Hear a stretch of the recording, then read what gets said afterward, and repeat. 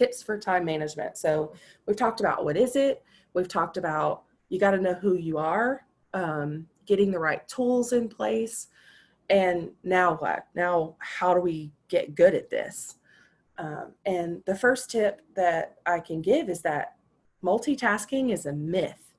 You can't do it. It's not a way to be hyper productive. Doing 9 things at once only results in you doing 9 things poorly, or doing 8 things poorly and 1 thing kind of okay. You are going to lose productivity by trying to do multiple things at once. So if you can just spend time focusing on that one thing, get it done, and move on, you'll actually accomplish a lot more in the time frame you've given yourself than you would have if you were trying to do them all at the same time. Don't try to multitask. Limit your distractions. If you have a smartwatch and you're in the middle of a study sesh, take that bad boy off. Don't silence it. Take it off. So it's still going to light up. You're still going to be tempted. You're going to move your arm and it's going to show your things. Done with that. Put your phone in another room. Turn your tablet off. Only get what you need to get the job done and just do it. Focus on it for a set amount of time. And then give yourself a break. Try to not do anything consecutively for longer than 60 minutes. It's not good for your brain. It's not good for your body. And it's definitely not good for your productivity. Get up and move. Take a short break. Give everything time to kind of settle in, and then come back to it. So it's never a good idea to do things for hours and hours and hours on end. You really need to take many, many breaks during those long, drawn-out processes. So you get this giant project. It's thrown at you. What do you do with it? You're feeling kind of overwhelmed. You're like, Dawn, you just told me to only do one thing at a time, but this thing is huge. What am I supposed to do? Excellent. You take that project and you bust it up into little bitty pieces. So what is everything that you need to do to get that project done? So let's say that project is a research paper. We all know that those things don't just happen on their own. It takes time, it takes effort, it takes fortitude, right? Like you've got to be in it. So break it up. If you know you're due, let's say next Friday, you have a paper due next Friday, and you're looking at everything that needs to happen for the week on Sunday night, and you're starting to pencil things in, and you're like, paper due on Friday.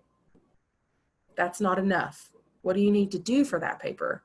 So maybe you do research on Monday, and you make notes on cards. And then on Tuesday, you create like a dirty outline of what you want your paper to be about. So I'm going to have an introduction, then I'm going to talk about this that's supported by this source, and this that's supported by this source, and maybe go ahead and get your resource list together, like type that up and have it ready. Then on Wednesday, you can take each one of those note cards that you did from your research and assign it part of your outline. So that on Thursday, all you have to do is put those note cards in order and type it up. Proofread, turn it in on Friday. So you've taken this big project and you've broken it down into tasks that are bite-sized, that you can actually get done in a reasonable amount of time without wanting to jump off the roof of your house. So that's a really good thing. You're going to manage your stress that way. You're going to get a lot more out of writing that paper because you're going to spend more time with it than you would if you were just doing it Thursday night before it's due and you're staying up till 2 a.m. and you don't even know what you're writing about anymore. So you want to look ahead so that whenever you're in the moment, whenever you're doing your things right now, you've already broken those things up into manageable chunks. That's going to reduce your stress. You're going to learn more. And you're going to get things done on time. So my very last tip for time management, especially for students, is do not allow your deadlines to live in your syllabus. Don't do it. Everything that's due, take it out of your syllabus and put it in your master calendar. Whatever that tool that you decided you're going to use is, get it out of your syllabus and put it into that tool. And I can already hear you saying, but what if they change a deadline? Okay, go into your calendar and change the deadline. But when you leave everything in your syllabus, you run the risk of missing it by complete accident, like with the best of intentions, like, oh my gosh, I totally forgot that was due, or you overlooked it because your teacher gave you 9,000 things in their syllabus and it's like this thick and no one's actually reading that. Um, and you just missed it. And then you go to them and you say, I didn't know. Can I turn it in late? And they say, no, because you've known for 5 weeks. It's been in that book I gave you. So don't put yourself in that situation. And when you see your friends doing that and they have like this really ratty piece of paper that you can't read anymore because they keep pulling that syllabus in and out of their folder and then they've lost it and half of it's chewed up, you could be like, you know what?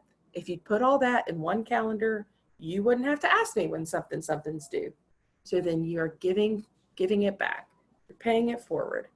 Um, and people are going to start looking to you for tips on how to be better with your time and how to be more organized and why you're not stressed. And, oh my gosh, how did you remember that was due? And especially as you start applying to colleges too, put that stuff in your master calendar. Like, oh, I've got to send transcripts. I've got to make sure that I sign this paper and I need to do this housing waiver and all of these things that happen with college admission. Put that stuff in your calendar.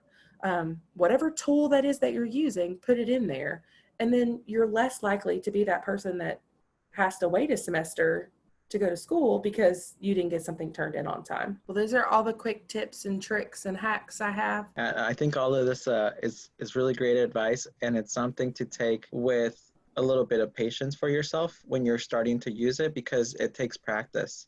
Yeah. I think my biggest mistake when I first started to organize myself as a college student was that I started creating this calendar and putting deadlines and stuff for myself, but then I wasn't checking it.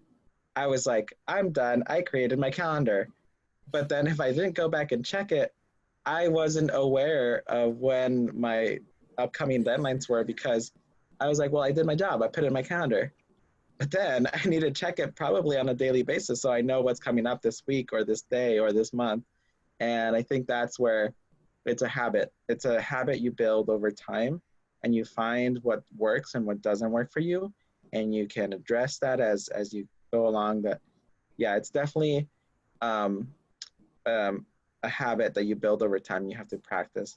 And I really love your advice about not keeping things in a syllabus, because I do remember that being an issue, getting, 4 or 5 different syllabi and having so many different formats in which the professors would put that on a syllabus, and then having to go back and look for that each time instead of having it all for all my courses in one place. So I really love that advice of having it all in one place and not having to go always back and look at that piece of paper that we got at the start of the term. Yeah, I think that's like task number 1, first week of school. Look through your syllabi, put all that stuff on your calendar, and then that's your go-to place for all your deadlines.